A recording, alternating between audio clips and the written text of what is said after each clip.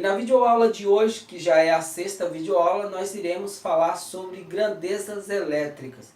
Já na próxima videoaula, no próximo domingo, a gente já vai trabalhar em cima da nossa apostila. Acredito que quem deixou o e-mail no link recebeu a sua apostila e aí já vai, a partir da próxima videoaula, já vai poder acompanhar, né, onde que a gente já vai começar fazendo o dimensionamento do circuito, começando pela sala de estar, beleza? Então eu vou estar mostrando aqui no quadro, tá, algumas grandezas elétricas, né, as principais, as que a gente vai ouvir falar durante toda a nossa vida profissional. Tudo bem que são elas: volts, watts, alguns chamam de watts, mas eu não consigo, sempre chamo de watts, corrente e resistência. Em relação à corrente, está relacionado a ampere, né, ou ampere, tá? Muita gente chama de amperagem. Volts, né, está relacionado à tensão, a maioria das pessoas chamam de voltagem, né? Alguns criticam que está errado falar amperagem, voltagem, mas aí fica o critério de cada um, não vou entrar nessa linha de discussão. O que não é correto é você falar em positivo e negativo, tá? Em corrente alternada não existe positivo e negativo, apenas em corrente contínua. Então sempre que você for se referir ao condutor neutro, você fala neutro.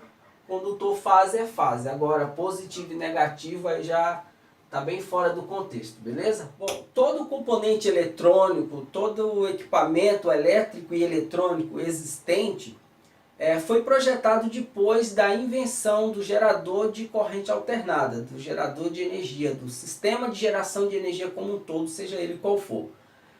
Já vimos sobre geração de energia, se eu não me engano, foi na segunda videoaula, tá? Só uma informação, quem não assistiu ainda às outras videoaulas, é muito simples, basta clicar no meu nome, Luciano Freitas, tá? Vai abrir a página principal do canal e aí você vai em vídeos e aí é só procurar lá, curso de instalações elétricas ou curso de eletricista e vai ter aula 1, aula 2, você vai achar fácil, beleza? Também aproveitando, se não é inscrito, né, já se inscreve no canal, já deixa seu like e compartilha com os amigos.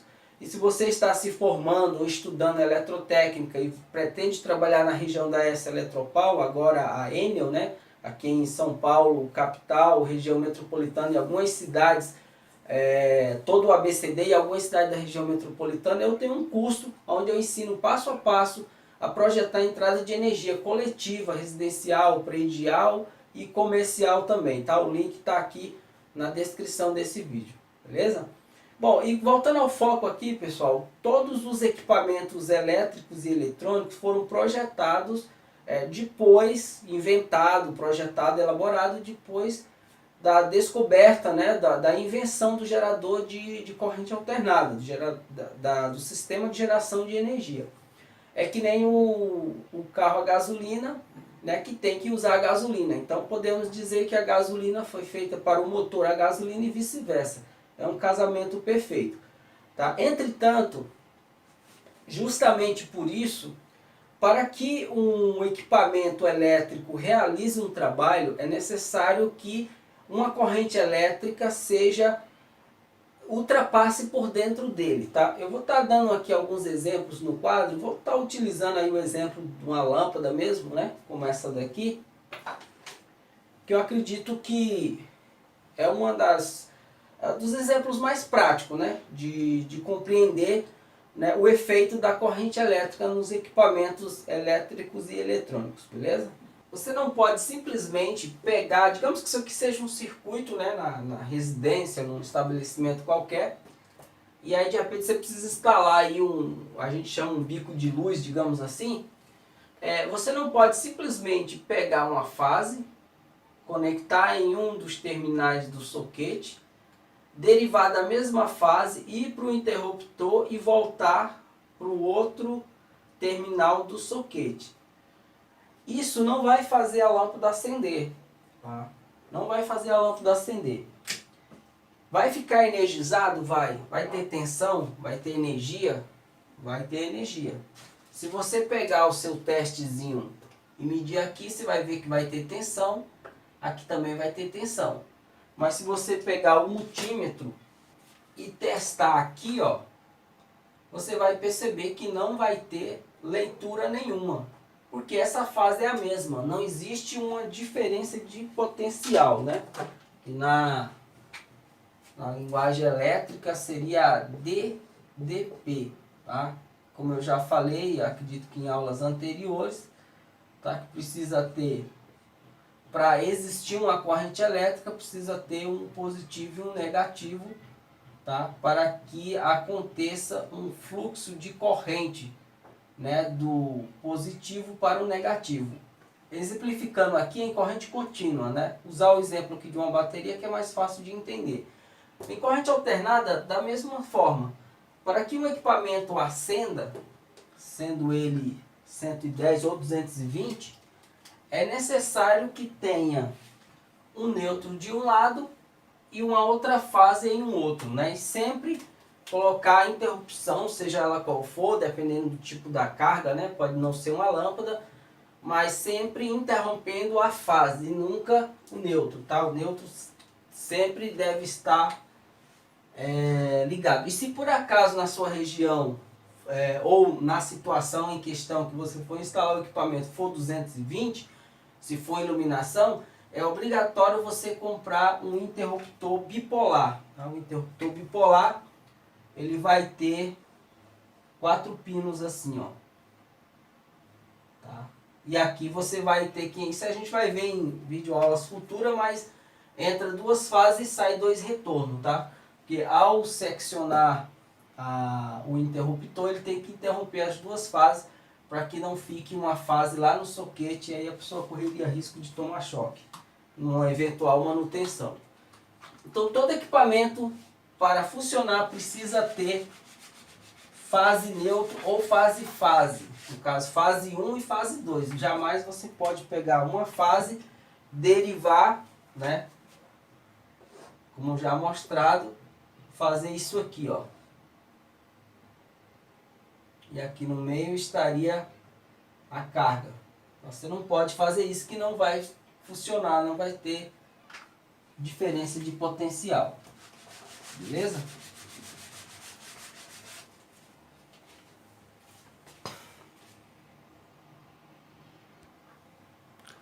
Bom, pessoal. Bom, galera, para a gente entender melhor para a gente entender melhor de grandezas elétricas, eu vou dar um exemplo aqui do chuveiro, tá? Calcule a potência, tensão, corrente e resistência desse chuveiro aqui. Se você tem 2 informações, é possível calcular a terceira, tá? Sempre tendo 2 informações, é possível calcular a terceira. Isso aqui é importantíssimo, é necessário na hora que a gente for dimensionar circuito elétrico, disjuntores. Então é importante a gente estar muito bem esclarecido disso daqui. Claro, todo equipamento ele tem na carcaça dele, né, uma etiqueta com as informações, praticamente com todas as informações necessárias. Tudo bem? Então nesse caso aqui, depois eu vou passar as fórmulas para vocês descobrirem tudo isso daqui, tá? Sabendo 2, vocês vão saber a terceira. Então nesse caso aqui, vamos considerar que esse chuveiro tenha 5.000 watts, né? Potência. 5.000 watts, vamos colocar um W maiúsculo. A tensão é 220 volts. Como que é a fórmula para a gente saber a corrente nesse caso aqui? É muito simples, para você saber descobrir a corrente, que inclusive a corrente também ela é representada pela letra I maiúsculo, tá? Corrente nominal é igual a potência, no caso watts, dividido pela tensão. Geralmente a tensão ela pode ser representada também pela letra U, tá? A grandeza, essa grandeza ela pode ser representada pela letra U. Então 5.000 dividido por 220 igual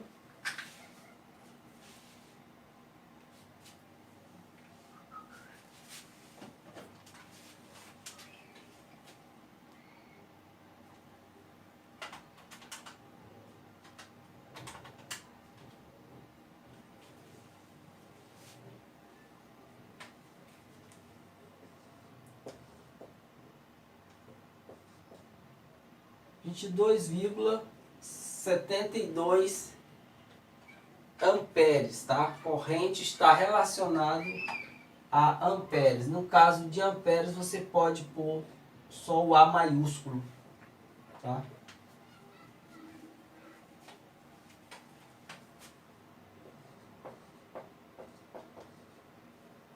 Agora, como que a gente calcula a resistência?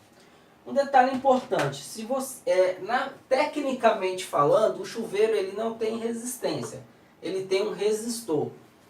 Resistência é uma grandeza elétrica, resistor é um objeto que a gente pode apalpar, pode pegar. Mas é óbvio que se você chegar numa loja de material elétrico e pedir um resistor de chuveiro, ninguém vai saber o que é.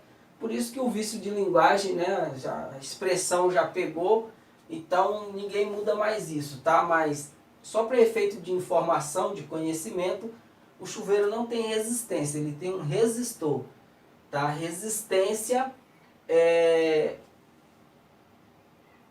uma grandeza que não é apalpável, é só uma informação. Já o resistor é um objeto, tá? Então assim, no caso, essa potência, só para deixar mais elucidado aqui, colocar aqui entre parênteses, a potência seria W, a tensão ela pode ser representada pela letra U, a corrente por um I maiúsculo, e a resistência tem a ver com aquela ferradurinha que é Ohm, tá? O-H-M, tá? Lei de Ohm. E um outro detalhe também, para quem não sabe, que a maioria dessas siglas, né, dessas letras, é homenagem a físico e matemático, engenheiros que trabalharam na descoberta dessas grandezas aí, né? Watts, né? No caso da corrente, que é o ampere, é também o nome de um cara, e Ohm também, tá? A maioria deles é fazendo referência ao físico, ao matemático, ao engenheiro que trabalhou na descoberta dessas grandezas aí. Por isso leva as letras deles, tá? No caso de ampere. Então, no caso da corrente, ela pode ser representada pela letra I ou pelo A, tá? Dá no mesmo também. Resistência só por essa letra grega, tá? Que significa Ohm. Também é homenagem a um carinha que trabalhou aí na descoberta da resistência dos materiais aí, dos condutores, tá? Então vou estar passando aqui desse lado as fórmulas para que vocês, se quiser copiarem no caderno, para vocês ficarem sabendo como calcular todas essas grandezas tendo duas informações, tá bom? Se você tem duas grandezas, você consegue calcular a terceira. No caso, se eu preciso saber a corrente, é necessário que eu tenha a potência e a tensão. Se eu preciso saber a potência, é necessário que eu tenha a corrente e a tensão. Se eu preciso saber a resistência, é necessário que eu saiba a tensão e a corrente. E se eu quero saber a tensão, é necessário que eu tenha a resistência e a corrente. Beleza? Então aqui a resistência do resistor desse chuveiro é 4.998 ohm, ou 4K. Um detalhe, só passar uma explicação aqui. Sempre que em uma unidade de medida, seja ela qual for, que você vê o K, ele representa 1000, tá? Por exemplo, ao invés de você falar 1000 metros, você fala 1 quilômetro, ou seja, 1000 metros. Tá? Um outro exemplo aqui, falando de grandeza elétrica. Sempre que você vê um K e um W, quer dizer, no caso aqui, né, quer dizer 1 kW, tá? Ou pode ser também 1 kA, ou 1 kV, tá? Então, ou no caso de VA, que tem a ver com a potência aparente. VA é a unidade de medida, então seria 1 kVA. Tudo bem? E esse N, sempre que ele estiver na frente de um I maiúsculo, por exemplo, ou pode ser um A ou qualquer outra unidade de grandeza, esse N representa nominal, tá? N minúsculo igual a nominal. Corrente nominal pode ser tensão nominal, pode ser potência nominal, tá? Viu esse Nzinho minúsculo e uma letra maiúscula antes, que representa qualquer uma dessas unidades de grandeza? Esse N significa nominal, beleza? São siglas que vocês vão ver aí constantemente. Bom, agora pessoal, vamos falar sobre tipos de cargas, né? Primeiro, a definição de cargas elétricas.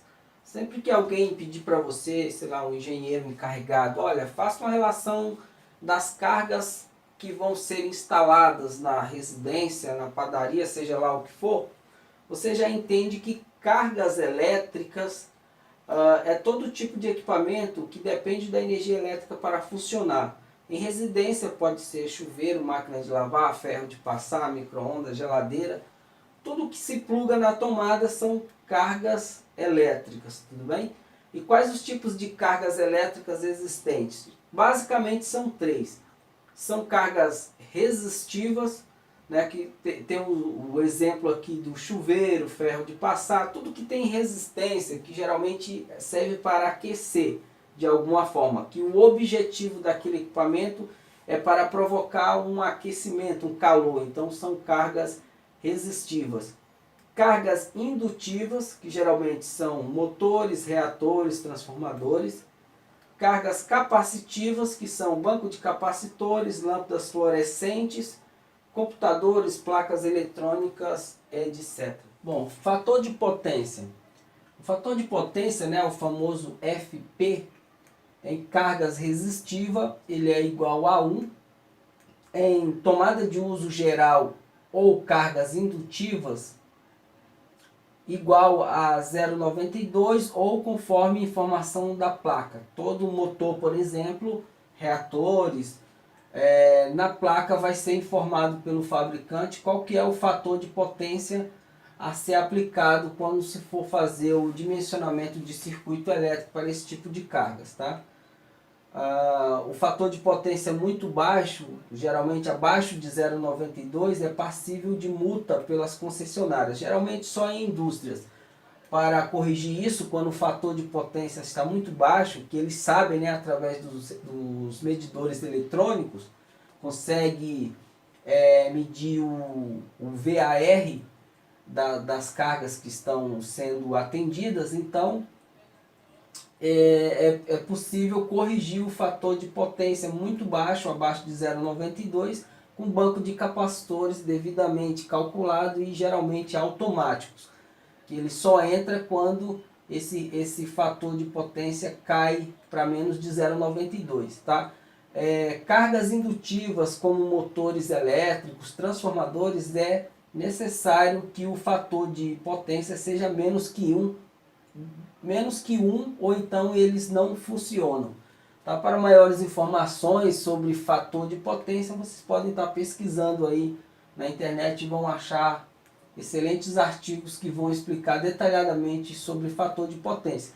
Em residência, que é o nosso caso aqui, o curso ele é residencial, não precisa se preocupar muito com isso daqui, tá? É mais questão de conhecimento mesmo, tudo bem?